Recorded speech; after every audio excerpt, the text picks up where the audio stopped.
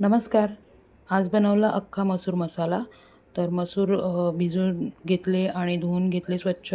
त्यानंतर शिजवण्याआधी त्यामध्ये थोडासा कांदा टाकला आणि 2 शिट्या करून घेतल्या, म्हणजे खूप मऊ होणार नाही.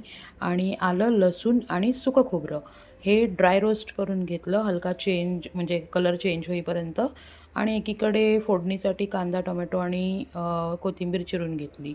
मग फोडणीला घातला कढीपत्ता आणि त्याच्यानंतर कांदा फ्राय करून घेतला उरलेला.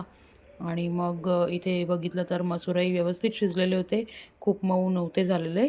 आणि जो कांदा शिजला होता त्यामध्ये टोमॅटो घालून घेतला, तोही शिजवून घेतला. मग जे वाटण तयार केलं होतं ते वाटण त्याच्यामध्ये ॲड केलं आणि थोडंसं पाणी, आणि हे छान परतून घेतलं, तेल सुटेपर्यंत जरा फ्राय करून घेतलं. आणि मग सवाईचा अख्खा मसूर मसाला त्यात ॲड केला, जो गेम चेंजर होता. म्हणजे तुम्हाला बाकी काही मसाले ॲड करायची गरज नाही लागत.